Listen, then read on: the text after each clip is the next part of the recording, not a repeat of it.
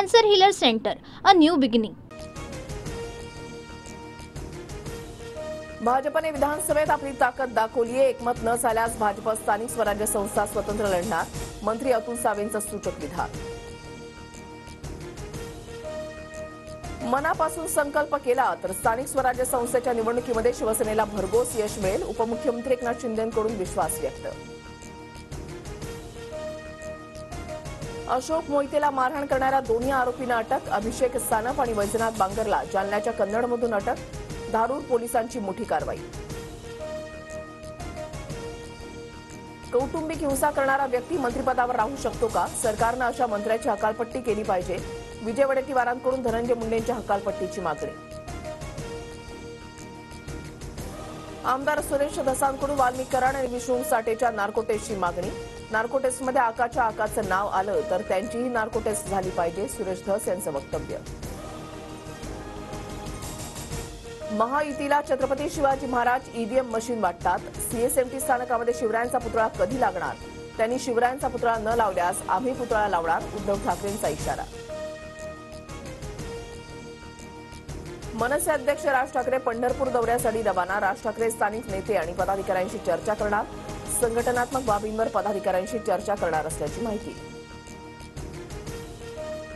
आई वडिलांच्या सांगण्यावरून केस मागे घेतली जाऊ शकते का? अक्षय शिंदे एन्काउंटर प्रकरणी आव्हाडांचा सवाल, अक्षयच्या आई वडिलांवर दबाव टाकल्याचाही आरोप।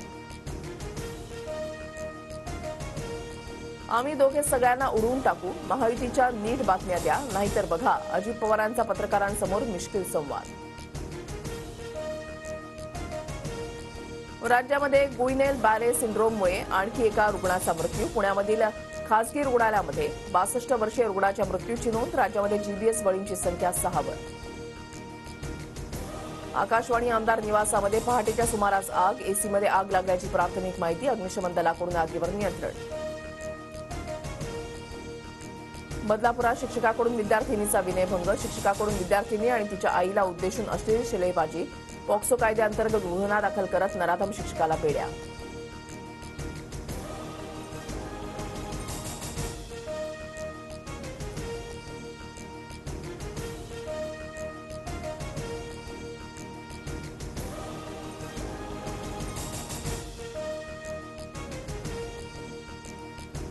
सांगलीमध्ये चिमुकलीवर लैंगिक अत्याचार करून हत्या, शेजारी राहणाऱ्या व्यक्तीनंच हत्या केल्याचा संशय, संशयित व्यक्ती पोलिसांच्या ताब्यात।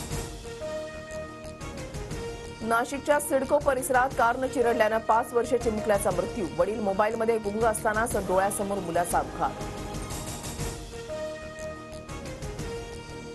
नागपुरातील मोठा ताजबाग परिसरातील कोंबड्यांना बर्ड फ्लूची लागण, 3000 कोंबड्या नष्ट, ताजबाग आणि आसपासचा 1 किलोमीटर परिसर बाधित क्षेत्र म्हणून घोषित।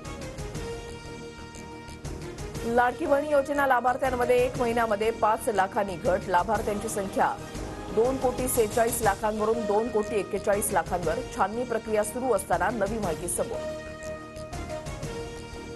सोयाबीन खरेदीला पणन विभागाकडून मुदतवाढ, शेतकऱ्यांनी घाबरून जाण्याचं कारण नाही, सोयाबीनच्या शेवटच्या खरेदीपर्यंत केंद्र सुरू राहणार, कृषी मंत्री माणिकराव कोकाटे यांची माहिती।